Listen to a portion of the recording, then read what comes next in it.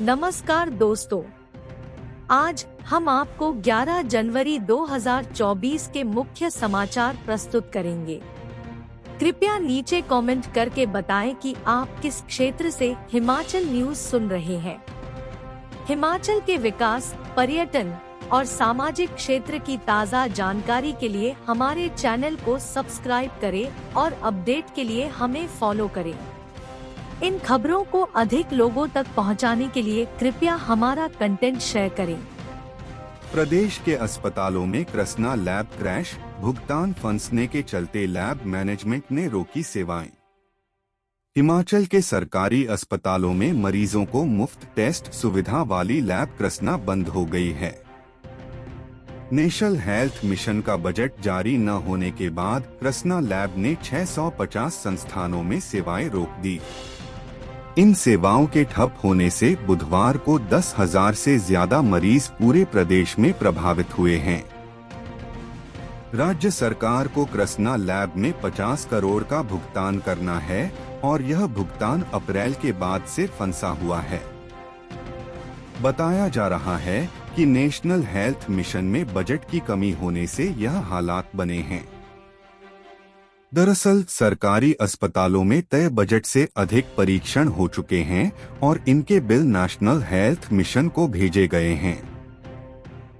Budget कम होने की वजह से इन बिलों का भुगतान नहीं हो पा रहा है। इस समय समूचे प्रदेश में 1,800 कर्मचारी कृष्णा लैब के साथ जुड़े हुए हैं। इन कर्मचारियों को वेतन का भुगतान करना मुश्किल हो रहा है। कृष्णा लैब ने सभी मेडिकल कॉलेज समेत CHC और PHC में काम बंद किया है। इस बीच बुधवार को NHM निदेशक के साथ इस मामले को बातचीत से सुलझाने का प्रयास भी किया गया, लेकिन बात सिरे नहीं चढ़ पाई है। राज्य सरकार ने कृष्णा लैब को मेडिकल कॉलेज, क्षेत्रीय अस्पतालों, CHC और PHC में निःशुल्क टेस्ट की जिम्मेदारी दी गई है। इन टेस्ट के एवज में होने वाला भुगतान NHM के माध्यम से जाता है, लेकिन इससे पूर्व अस्पताल प्रबंधन और जिला स्तर पर CMO वार्षिक बजट बनाते हैं। अस्पतालों में इन हाउस लैब से काम चलाएंगे। नेशनल हेल्थ मिशन की निदेशक प्रियंका वर्मा ने बताया कि कृष्णा लैब के साथ हुए अनुबंध की जांच की जाएगी। उन्होंने कहा कि NHM नियमों के अनुसार आगामी कदम उठाएगा।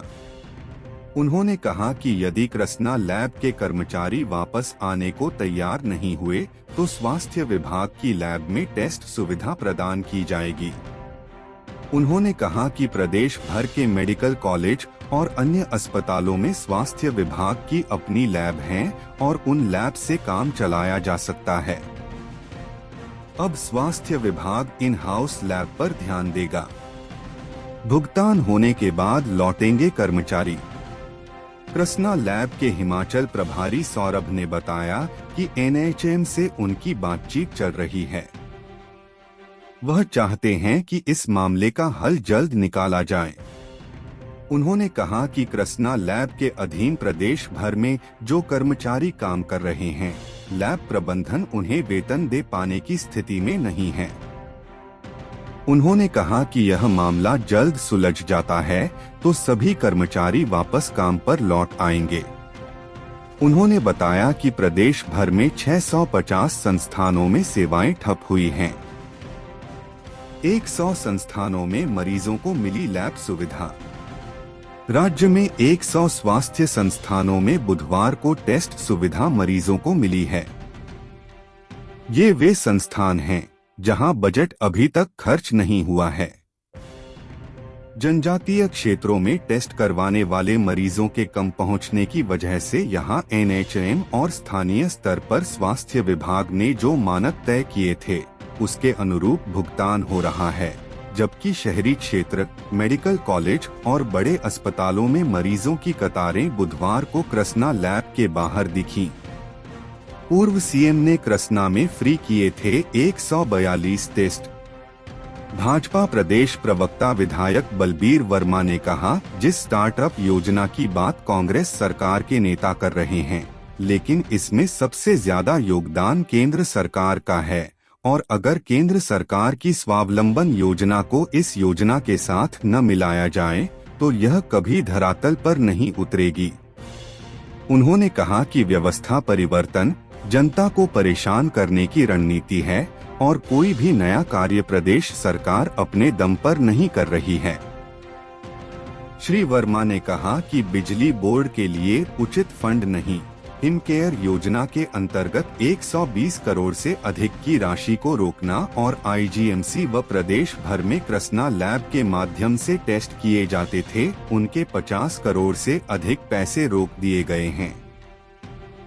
इसके कारण इस लैब ने आज काम करना बंद कर गई है।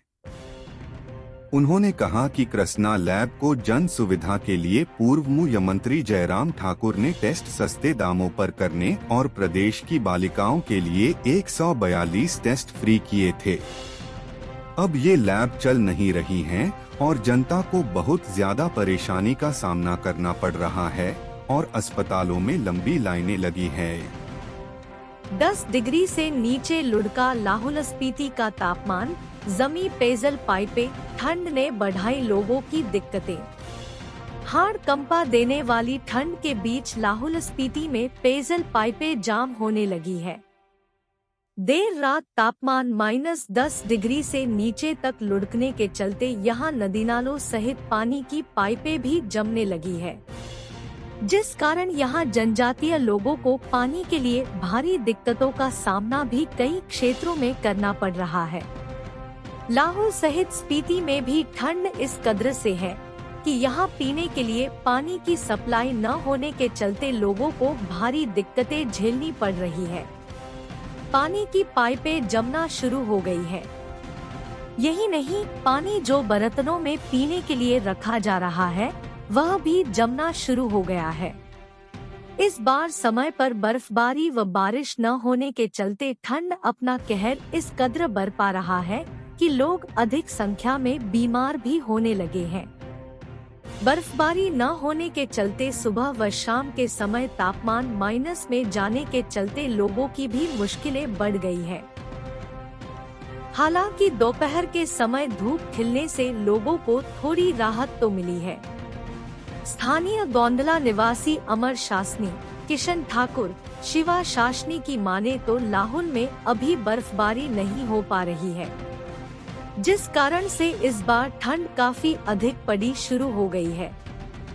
नूरपुर पुलिस की बड़ी कार्रवाई, नशा तस्कर की 58.44 लाख की संपत्ति फ्रीज, नशा माफिया में मचा हड़कंप। पुलिस जिला नूरपुर ने सक्षम प्राधिकारी के आदेश पर क्षेत्र के एक नशा तस्कर की लाखों रुपए की चल संपत्ति गत मंगलवार को फ्रीज की है। पुलिस की इस कार्रवाई से नशा माफिया में हड़कंप मच गया है। यह जानकारी देते हुए पुलिस जिला नूरपुर के पुलिस अधीक्षक अशोक रत्न ने बताया कि पुलिस ने नशा तस्कर सोनू निवासी गंगत की चल संपत्ति को जब्त करने का केस सक्षम प्राधिकारी दिल्ली के पास भेजा हुआ था तथा सक्षम प्राधिकारी ने जारी अपने आदेश में उक्त नशा तस्कर की लगभग 58,44,818 रुपए की संपत्ति फ्रीज करने के आदेश दिए थे, जिस पर कार्रवाई करते हुए पुलिस ने उक्त संपत्ति को फ्रीज कर दिया है। एसपी नूरपुर ने बताया कि 16 मार्च 2023 को इंदौरा के नजदीक नाकाबंदी के दौरान एक गाड़ी में सवार अमन कुमार व एक नाबालिग के कब्जे से 260 ग्राम हेरोइन चिट्टा बरामद किया था, जिस पर थाना इंदौरा में एनडीपीएस एक्ट के तहत मामला दर्ज किया गया था। उन्होंने बताया कि उपरोक्त आरोपियों से पूछताछ में यह पाया गया कि बरामदशुदा हेरोइन चिट्टा सोनू को दी जानी थी, जिस पर आरोपी सोनू को भी 16 मार्च 2023 को इस मामले में गिरफ्तार कर लिया गया।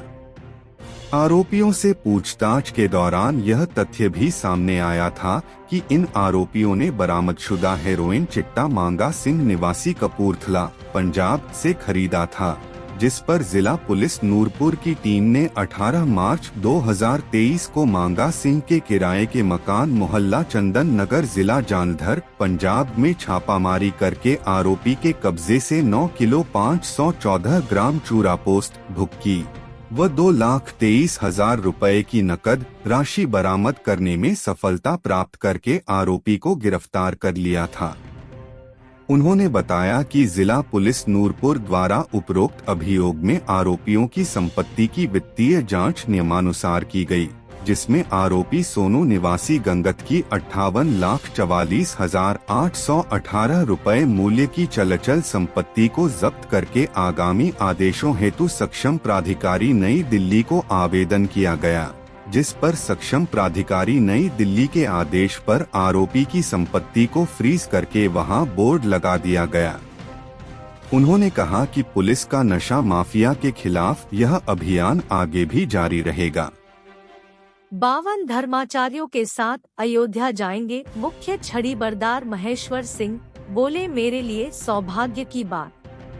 अयोध्या में रामलला की प्राण प्रतिष्ठा के लिए हिमाचल प्रदेश से 52 धर्माचार्यों के साथ देवभूमि कुल्लू से भगवान रघुनाथ जी के मुख्य छड़ीबरदार महेश्वर सिंह भी शामिल होंगे। बुधवार को इन्हें प्राण प्रतिष्ठा के लिए निमंत्रण मिल गया है। बाकायदा अयोध्या की तरफ इन्हें निमंत्रण देने के लिए विश्व हिंदू परिषद के प्रदेश अध्यक्ष एवं ट्रस्ट की ओर से हिमाचल के संयोजक लेखराज राणा विश्व हिंदू परिषद के अन्य पदाधिकारियों के साथ रघुनाथपुर में भगवान रघुनाथ जी के मंदिर पहुंचे। यहां पर पहले भगवान रघुनाथ जी की पूजा अर्चना हुई। इसके बाद विधि विधान से विश्व हिंदू परिषद के प्रदेशाध्यक्ष ने भगवान रघुनाथ जी के मुख्य छड़ीबरदार महेश्वर सिंह को निमंत्रण सौंपा। बाकायदा 2069 कोड के साथ निमंत्रण पत्र इन्हें प्राप्त हुआ है।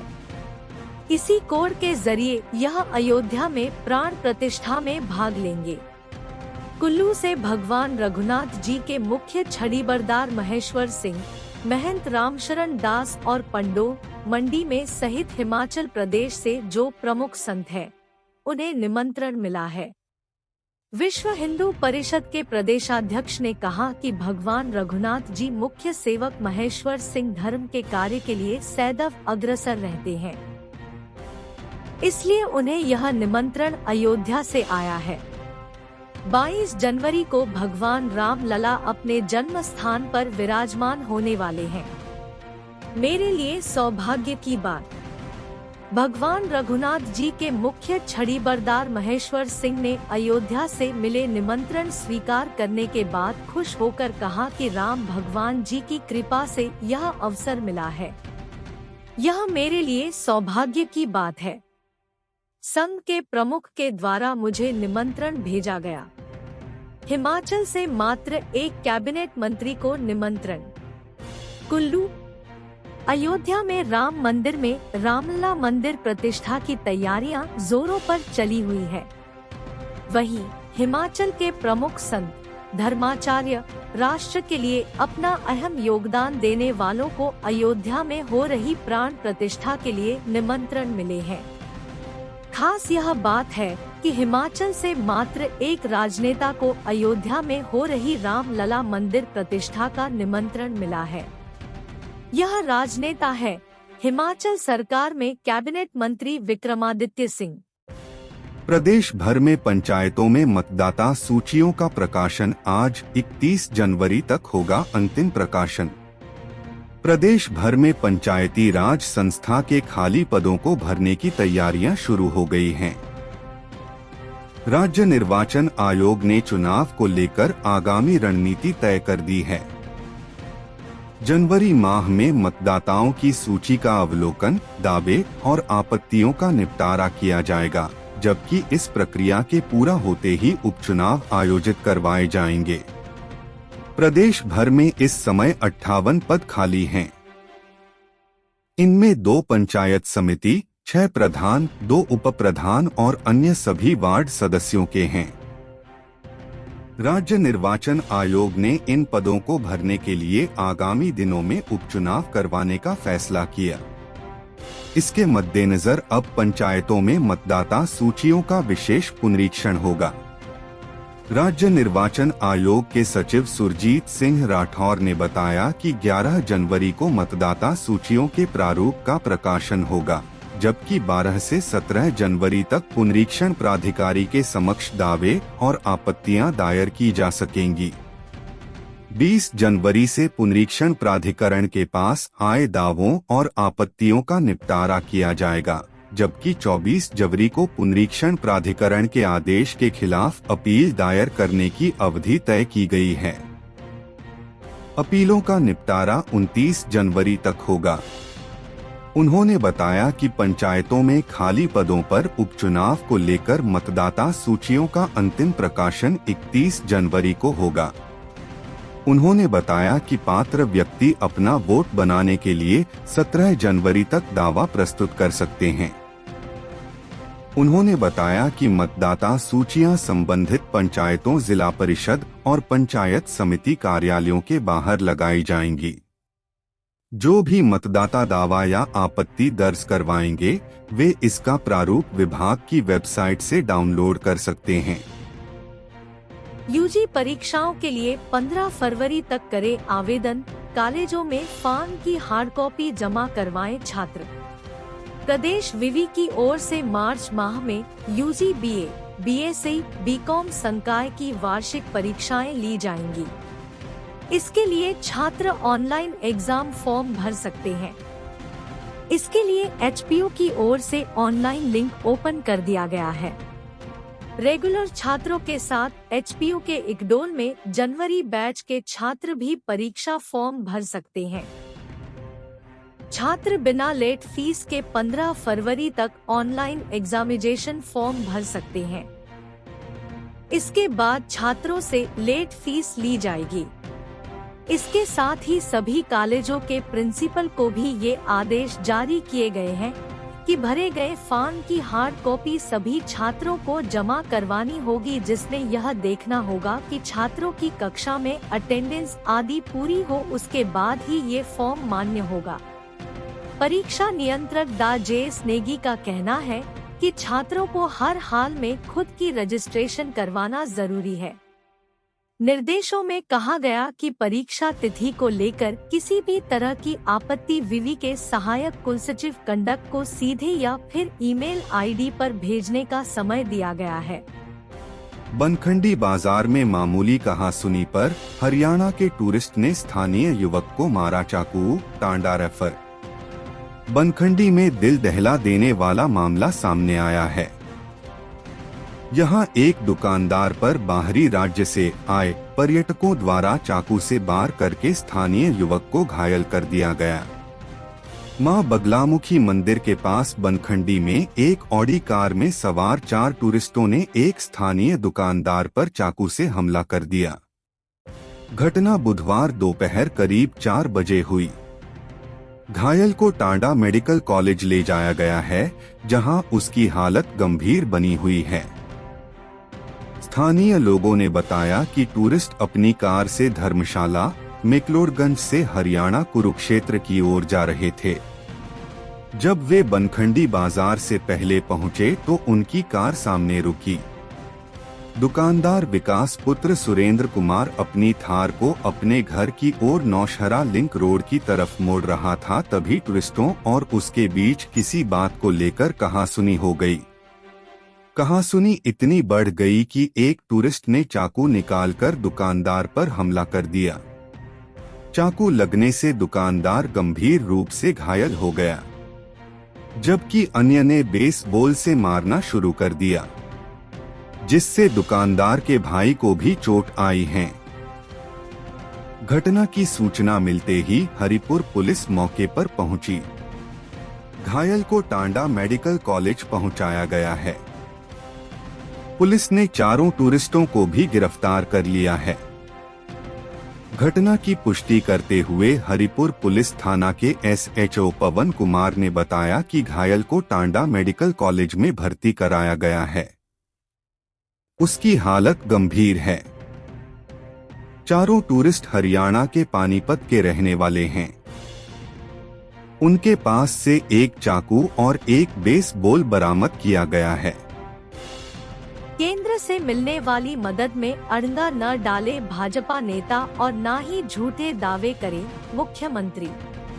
मुख्यमंत्री सुखविंदर सिंह सुक्खू ने नादौन में पत्रकारों को संबोधित करते हुए कहा कि भाजपा हिमाचल विरोधी दृष्टिकोण से कार्य कर रही है और सकारात्मक विपक्ष की भूमिका निभाने में नाकाम रही है।